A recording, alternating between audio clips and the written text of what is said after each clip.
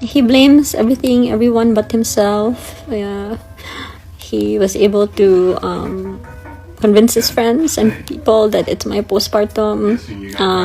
He's convinced that an ex-girlfriend made him kulam. Like, all of a sudden, there was this bowl of salt with garlic in it. And me and my friends and helpers before, like, ano to?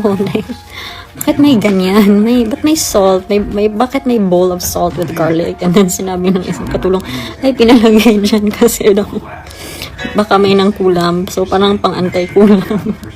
So, blame it on the kulam. Vexed. Witchcraft.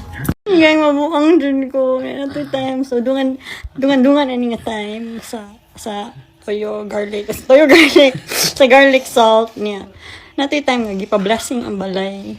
So, the next day, siya dito yung nakick out. Kina-issue ang BPO.